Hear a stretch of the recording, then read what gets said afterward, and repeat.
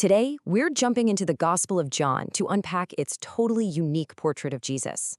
It's a depiction that has shaped history and culture for 2,000 years, and we're going to see exactly how the author built it, piece by piece. So, let's get right to it.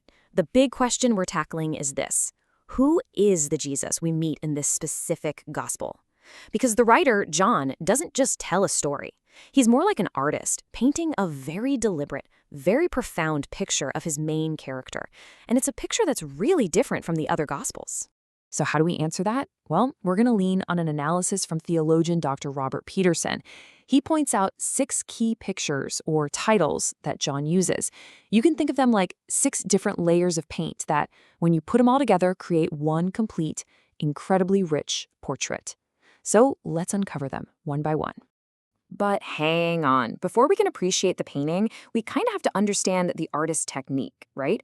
John has this very specific literary method he uses all through the gospel to get at deeper truths, and it often revolves around a simple but honestly brilliant device: misunderstandings. Here's a perfect example. Jesus says this right in Jerusalem. Now, can you imagine hearing this while standing in the shadow of the actual massive temple? It must have sounded completely nuts, maybe even blasphemous. It's a statement that's practically designed to be misunderstood. And this shows John's method perfectly. The audience, they hear him talking about the giant stone building. But John, as the narrator, kind of pulls us, the readers, aside and whispers the real meaning. Jesus is talking about his own body. So here's the key. John uses this confusion to make a huge theological point. And why does this matter? Because he's basically saying the presence of God isn't in a building anymore. It's in a person. Okay, so with that technique in mind, let's dive into our first 2 pictures. These 2 connect Jesus directly to ancient prophecies and start to unpack the whole paradox of his dual nature. First up, the Christ. In Greek, that's Christos. In Hebrew, it's Messiah. And they both mean the same thing: anointed one.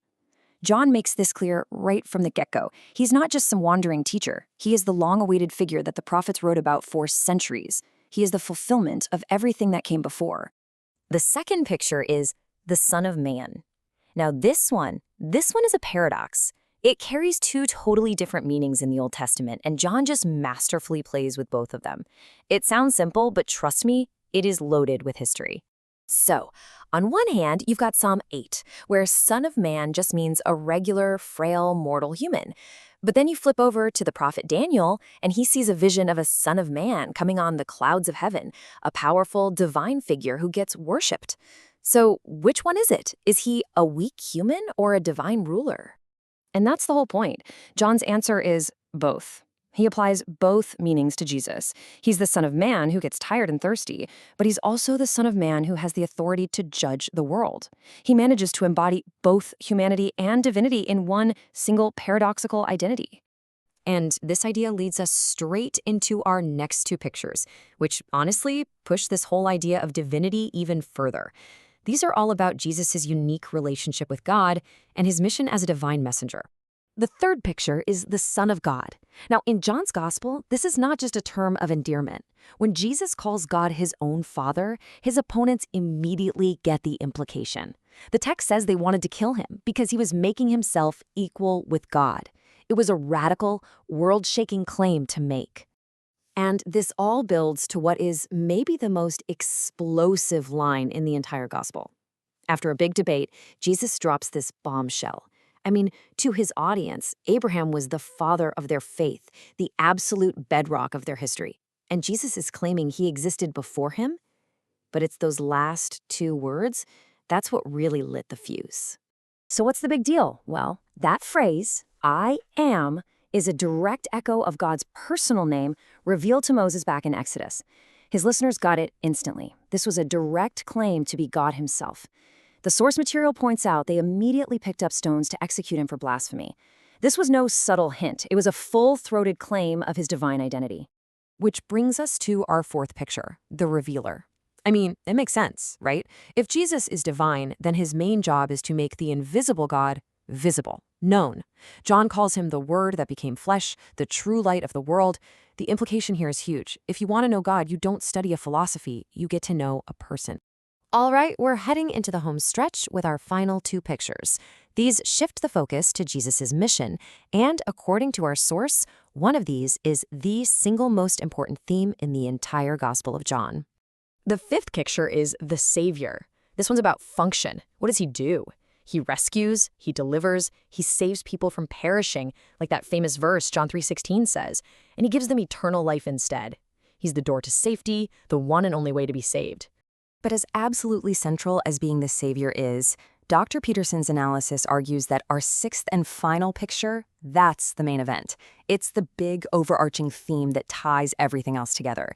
It is the very heartbeat of John's Gospel. And that final picture is the life giver. And just look at this. Once you see it everywhere. He gives people the right to become children of God. He is the bread of life. He gives eternal life. He is the resurrection and the life, the way, the truth, and the life, the true vine who gives life. I mean, it is just hammered home over and over and over again. And that's why our source concludes that this is it. This is the number one primary theme. Yeah, he's the revealer and he's the savior. But what he reveals and what he saves people for is life, eternal life. It's the unifying idea of the whole book. So let's take a step back and just look at this final portrait that John has painted for us, now that we've put all the pieces together. Here they are all together. The Christ, the promised one, the Son of Man, both human and divine, the Son of God, equal to God himself, the revealer who makes God known, the Savior who rescues us, and finally, the life giver, the central theme that really holds it all together. And really, the main takeaway is this. These aren't 6 different versions of Jesus. They are 6 facets of one incredibly complex identity. John has masterfully woven all of them together to give us a figure who is paradoxically and profoundly both fully human and fully divine. Which really leaves us with a final thought. Recognizing the artistry and the deep theology behind this portrait is one thing.